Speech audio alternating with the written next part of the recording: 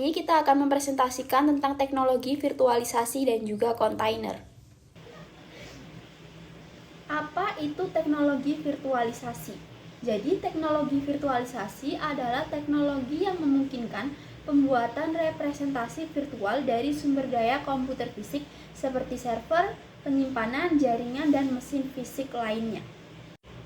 Untuk selanjutnya adalah fungsi dari virtualisasi. Untuk fungsi dari virtualisasi itu ada 6 poin. Untuk yang pertama adalah pemanfaatan sumber daya yang lebih efisien. Jadi dengan virtualisasi, mesin virtual itu dapat berjalan di satu perangkat fisik sehingga memaksimalkan penggunaan sumber daya seperti CPU, RAM, dan juga penyimpanan. Untuk yang kedua adalah isolasi lingkungan. Jadi setiap VM itu berjalan terpisah satu sama lain sehingga jika ada masalah di salah satu VM itu tidak akan mempengaruhi yang lainnya. Ini bisa meningkatkan keamanan dan juga stabilitas. Untuk yang ketiga adalah pengurangan biaya operasional. Jadi dengan mengurangi jumlah perangkat keras fisik yang dibutuhkan, virtualisasi membantu menghemat biaya pengadaan, pemeliharaan, dan juga energi.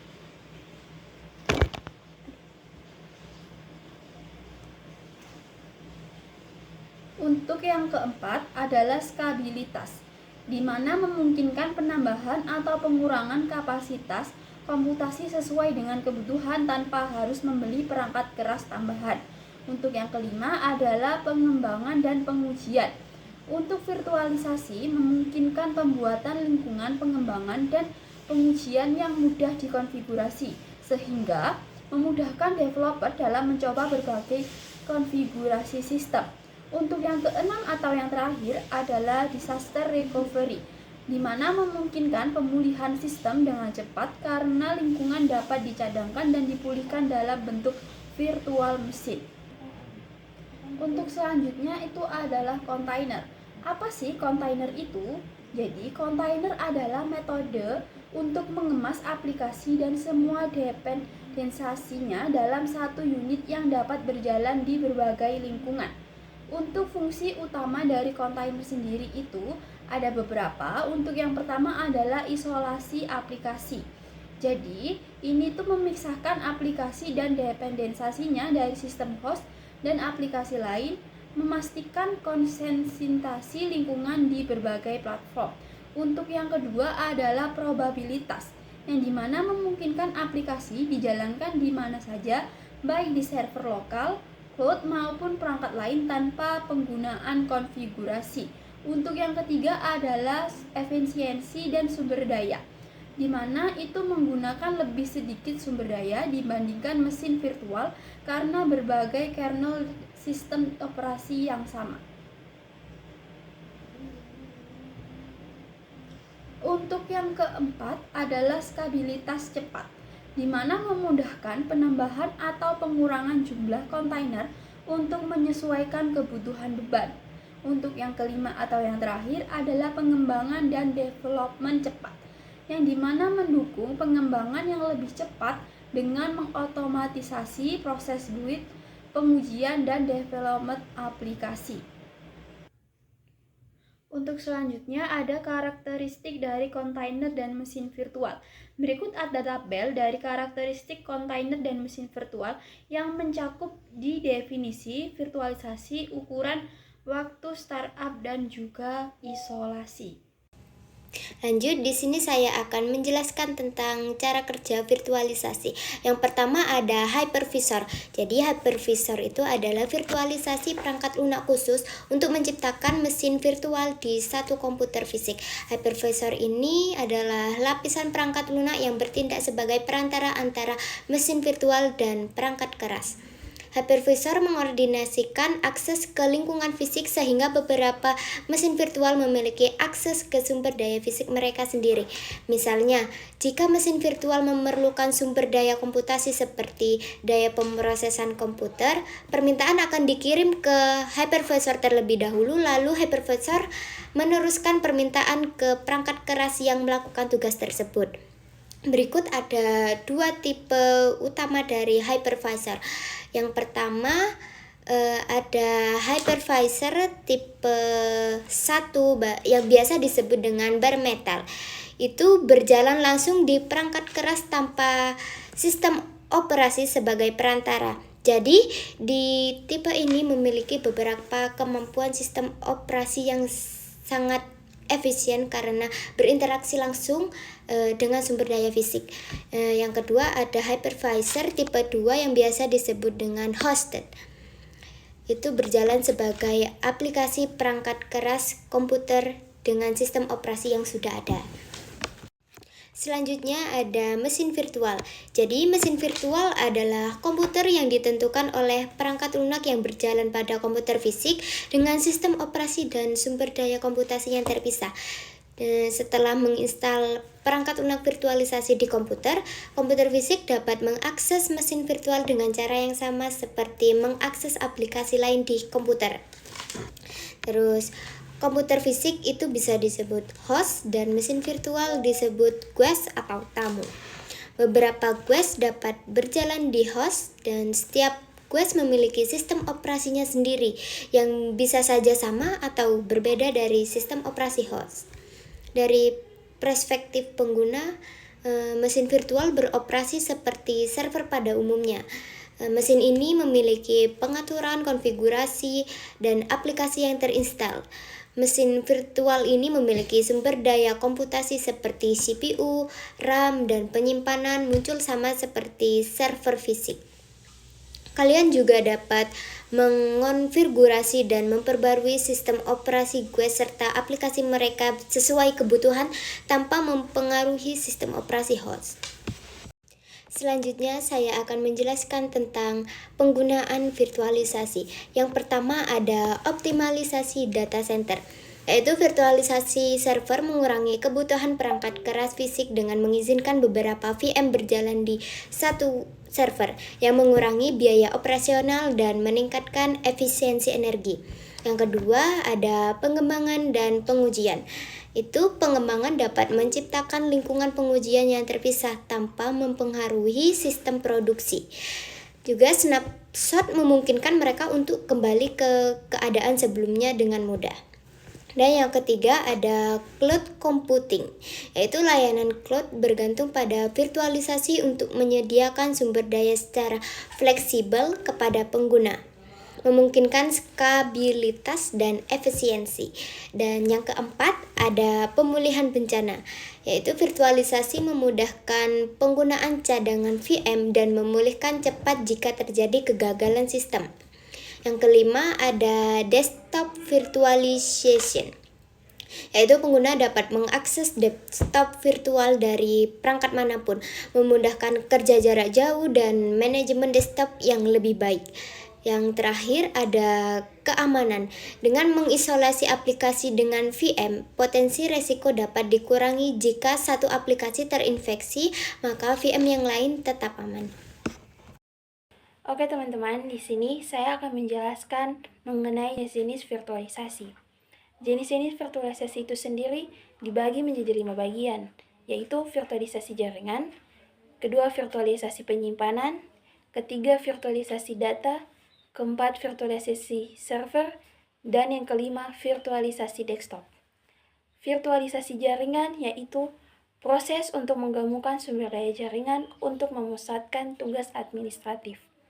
Yang kedua yaitu virtualisasi penyimpanan, yaitu proses yang akan menggabungkan beberapa perangkat fisik menjadi satu perangkat penyimpanan virtual.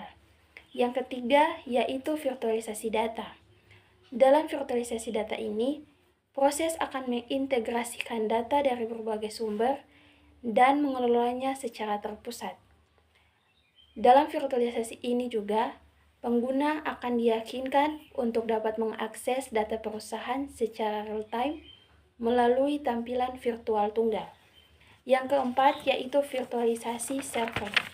Virtualisasi server itu sendiri yaitu proses dalam membagi server fisik menjadi beberapa server virtual. Dan pada virtualisasi server ini juga, pengguna akan menjalankan beberapa beban kerja yang berbeda pada satu server. Yang terakhir yaitu virtualisasi desktop. Virtualisasi desktop sendiri yaitu teknologi perangkat lunak yang memungkinkan pengguna untuk mengakses desktopnya dalam perangkat apapun. Oke, sekarang kita akan membahas cara kerja dari kontainer. Yang pertama itu ada pembungkusan aplikasi. Jadi, kontainer itu menyediakan sebuah ruang untuk sebuah aplikasi agar bisa berjalan dengan baik. Nah, di dalam aplikasi itu kan terdapat beberapa kode atau dependensi. Dependensi ini merupakan sebuah komponen tambahan dalam aplikasi seperti perangkat lunak agar aplikasi dapat berjalan. Nah, komponen tersebut akan berada di satu ruang yang sama dengan aplikasi, yaitu di dalam kontainer. Yang kedua ada menjalankan image. Nah, komponen tambahan dari aplikasi tersebut akan dibungkus di dalam sebuah image container. Kemudian, image container ini akan dijalankan oleh sebuah kontainer. Nah, kontainer ini biasanya disebut sebagai instan aktif karena kontainer ini akan menjalankan sebuah salinan dari image tadi. Kontainer ini juga disebut terisolasi karena aplikasi di dalam kontainer ini tidak akan mengganggu aplikasi di luar kontainer. Yang ketiga ada berbagi kernel operation system atau sistem operasi. Jadi, kontainer itu bekerja di dalam sistem operasi yang sama. Nah, sistem operasinya itu adalah kernel. Kernel ini merupakan inti dari sistem operasi, di mana kernel ini mengatur serta mengontrol interaksi antara perangkat keras dan perangkat lunak.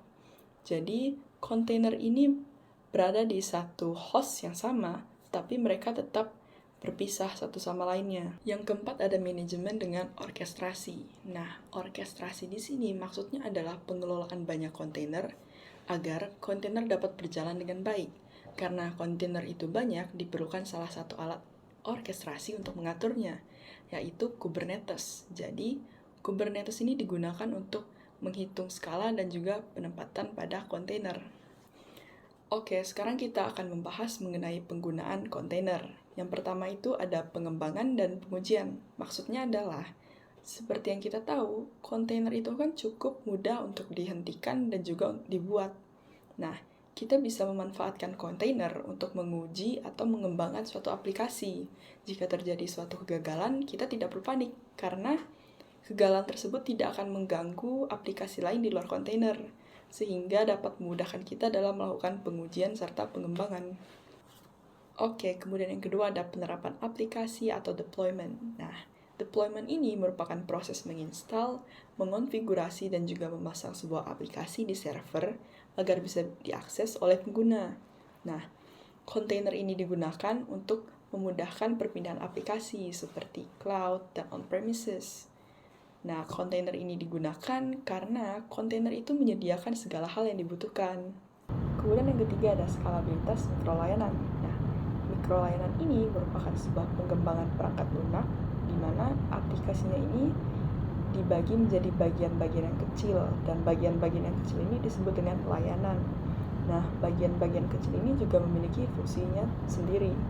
Nah, jadi kontainer ini sangat ideal digunakan untuk sebuah aplikasi berbasis mikrolayanan, karena layanan tersebut dapat berjalan di kontainer yang berbeda. Kemudian yang keempat ada continuous integration atau continuous deployment. Jadi di sini, kontainer itu membantu otomatisasi penerapan dan pengujian, sehingga memungkinkan rilis aplikasi lebih cepat dan juga lebih sering. Kemudian ada penggunaan kontainer yang terakhir, yaitu sebagai multi-cloud dan hybrid cloud. Jadi, kontainer ini memudahkan proses migrasi aplikasi antar cloud dan juga antara data center lokal dan juga cloud. Oke teman-teman, di sini saya akan menjelaskan jenis kontainer. Jenis-jenis kontainer itu sendiri terbagi menjadi 3 bagian. Yang pertama yaitu kontainer aplikasi, yang kedua kontainer microservice, dan yang terakhir yaitu kontainer orkestrasi. Oke, yang pertama yaitu kontainer aplikasi, yaitu aplikasi yang akan dijalankan dalam paket kode terisolasi. Yang kedua yaitu kontainer microservice, yaitu teknologi yang digunakan dalam pengembangan dan pengolahan aplikasi modern. Dan yang terakhir yaitu kontainer orkestrasi, yaitu proses untuk mengotomatiskan pengolahan dan penyebaran kontainer sehingga memungkinkan aplikasi dapat diterapkan dalam skala besar. Dan yang kedua itu ada software yang digunakan kontainer dibagi menjadi 3 bagian. Yang pertama itu ada Docker, yaitu software kontainer sumber terbuka yang memungkinkan pengembang perangkat lunak yang membangun, menguji, dan melakukan deployment aplikasi dan kontainer. Yang kedua itu ada Google Kubernetes Engine atau GKE, yaitu layanan terkelola yang bantu menerapkan strategi Kubernetes untuk beban kerja cloud. Dan yang terakhir itu ada Anthos, yaitu layanan yang menawarkan pengalaman Kubernetes yang konsisten untuk aplikasi dan infrastruktur lokal dan beberapa cloud. Software yang digunakan virtualisasi dibagi menjadi 2 bagian. Yang pertama ada VMware, yaitu salah satu software virtualisasi yang populer. VMware menyediakan produk seperti VMware Server dan X-Server.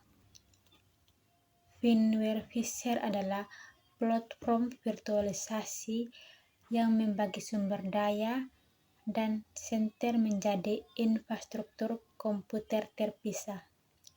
Dan yang kedua itu ada Proxmox, yaitu sebuah mesin visualisasi berbasis Linux Debian yang bersifat kode terbuka atau open source.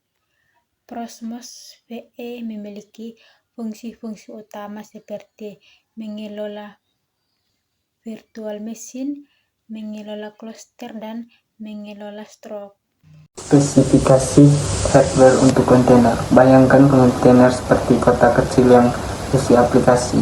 Agar kotak ini bisa bekerja dengan baik, kita butuh beberapa hal penting. Yang pertama ada otak CPU. Dalam otak CPU ini ada 3 bagian. Yang pertama core. Semakin banyak core, semakin banyak aplikasi yang bisa kita jalankan di dalam kotak sekaligus. Yang kedua ada teknologi khusus. Ada teknologi khusus yang membuat otak bisa menjalankan banyak aplikasi secara bersamaan. Yang ketiga ada frekuensi tinggi. Semakin cepat otak bekerja, semakin cepat juga aplikasi yang kita jalankan. Yang kedua ada ruang penyimpanan RAM. Dalam ruang penyimpanan RAM ini ada 2 bagian. Yang pertama cukup ruang. Kita butuh ruang yang menyimpan aplikasi dan data yang kita butuhkan. Yang kedua ada kecepatan. Semakin cepat kita bisa mengambil data dari ruang penyimpanan, semakin cepat aplikasi kita bekerja. Yang ketiga, tempat menyimpan data stroke. Dalam tempat menyimpan data stroke ada 2 bagian. Yang pertama kecepatan tinggi. Kita butuh tempat penyimpanan data yang cepat agar aplikasi bisa bekerja dengan lancar. Yang kedua ada cukup ruang. Kita butuh ruang yang cukup untuk menyimpan semua data aplikasi. Yang keempat ada koneksi jaringan.